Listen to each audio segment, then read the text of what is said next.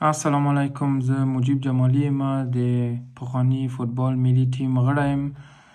زه غواړم اول ډیر تشکر له تاسو نه وکړم چې ما ته وخت راکوئ په دغه ابن سینا کانفرنس کې وغږیږم. زه هم غواړم اسلامي امارات ته ډیر تشکر ووایم چې دا شرایط موږ ته جوړ کړی ده او موږ ته چانس راکوي چې د خپل ایدې تاسو ته معرفي کوم. د ما په نظر د دې له خاطره چې زه د فوتبال له برخ نه راغلی یم، د مکتب په څنګ کې ما له وړکیتوبه فوتبال کړی ده په آلمان کې او نورو اروپایي کشورو کې مملکتو کې، او دغه تجربه زه غواړم افغانستان سره نیمه کړم. زه فکر کوم یو دانه د فوتبال اکاډمي د اروپا په سیستم باندې په افغانستان کې به ډیر ښه راسي.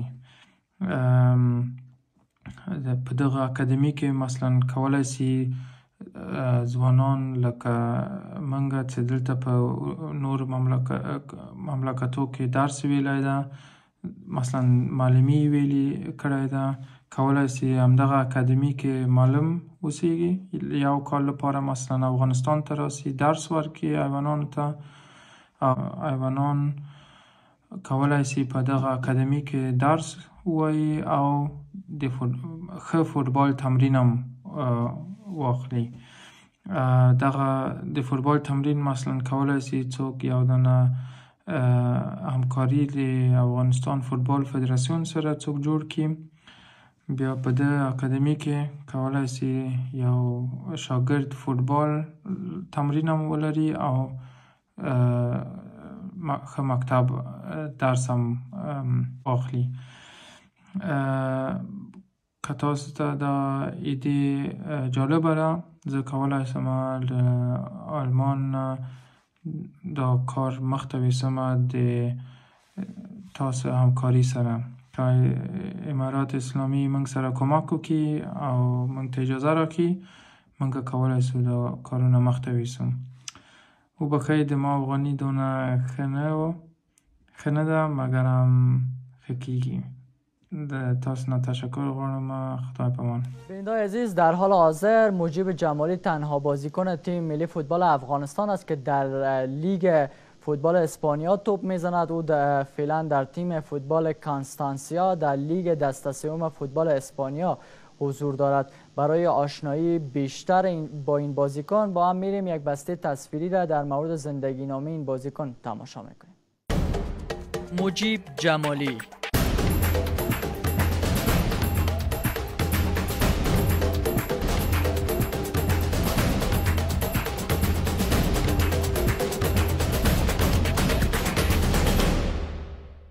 از آکادمی فوتبال کیکر آفنباخ آلمان تا پوشیدن پیراهن تیم ملی فوتبال افغانستان. مجیب جمالی در 30 آپریل 1991 در شهر میدان وردک متولد گردید. او 2 ساله بود که به دلیل جنگ‌های داخلی همراه با فامیل مجبور به ترک افغانستان شد. خانواده وی نخست به تاجیکستان و از آنجا به مسکو و بعداً به فرانکفورت آلمان مهاجرت کردند. جمالی زمانی که بیشتر از 6 سال سن نداشت، فوتبال را به شکل حرفه‌ای در آکادمی فوتبال کیکرز آفنباخ فرا گرفت و تا تیم 17 ساله های این باشگاه آلمانی راه پیدا کرد. در اول جولای 2008 مجیب جمالی نخستین قرارداد رسمی دنیای حرفه‌ای فوتبال خود را با FSV فرانکفورت، یکی از باشگاه‌های نامدار آلمان، به امضا رسانید و عضویت تیم 19 سال این باشگاه را کسب کرد. جمالی از سال 2008 تا 2015 فوتبالش را در تیم‌های 19 سال و 23 سال FSV فرانکفورت، استی پاولی و آفنباخ کیکرز آلمان ادامه داد و قرار بود با تیم دوم مایورکا قرارداد امضا کند. اما در اردوی تمرینی این تیم مصدوم شد تا قرارداد وی با این تیم اسپانیایی منتفی شود.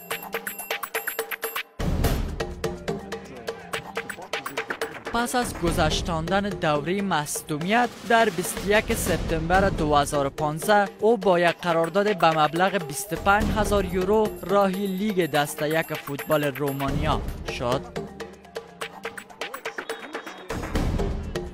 مجیب جمالی در سال 2016 و زمانی که پیتر شگرد کوروات هدایت تیم ملی فوتبال افغانستان را در اختیار داشت به جمع شیران خراسان دعوت شد و پیراهن تیم ملی فوتبال افغانستان را بر تن نمود.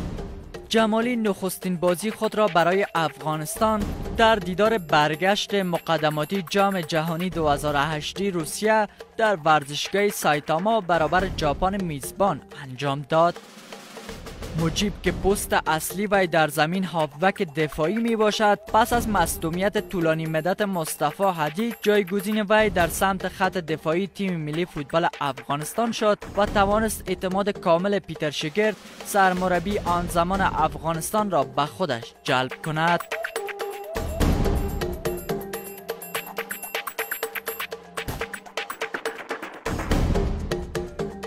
او در زمان شگرد با پیراهن شماره 14 7 بازی ملی را برای افغانستان انجام داد. عملکرد خوب این بازیکن تیزهوش و سرعتی در بازی‌های تیم ملی فوتبال افغانستان سبب شد تا باشگاه لیگ برتری دیجیج کشور مونتنگرو او را به خدمت بگیرد. پس از یک فصل بازی و کسب جایگاه سوم رقابت‌های لیگ برتر فوتبال مونتنگرو با قرارداد 6 ماهه به اسپورتول سنگوف در لیگ دسته دوم رومانیا و در اول جولای 2018 با مبلغ 150,000 یورو راهی کانستانسیا در لیگ دسته سوم فوتبال اسپانیا شد و در حال حاضر در این تیم اسپانیایی توپ میزند. جمالی در کنار فوتبال بازی کردن در کارهای خیریه نیز مشارکت دارد. برگ و نمایشات برای مهاجرین که تازه به آلمان می آیند و اعمار کلینیک بیبی طیبه در ولایت میدان وردک از کارهای خیریه است که این بازیکن تا به حال در آن سهم فعال داشته و در نظر دارد تا در آینده یک مکتب و یک آکادمی فوتبال را برای کودکان بی سرپناه در کابل ایجاد نماید.